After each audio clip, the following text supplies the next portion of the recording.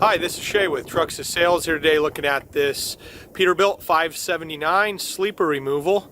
As you can see, we got the window in the back in this one with the aluminum panel and aluminum supports on there, all riveted on. Nice watertight seal there with paint to match. So this is typically how we're doing the sleeper removals on these 579s. You can see on this one we left the wind fairings on. That's something that we could leave on or take off. In this case, kind of lined up nice with the dump body, so we left them on there.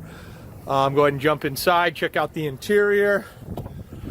We got the matching gray vinyl here. As you can see there, lines up nice with the ceiling.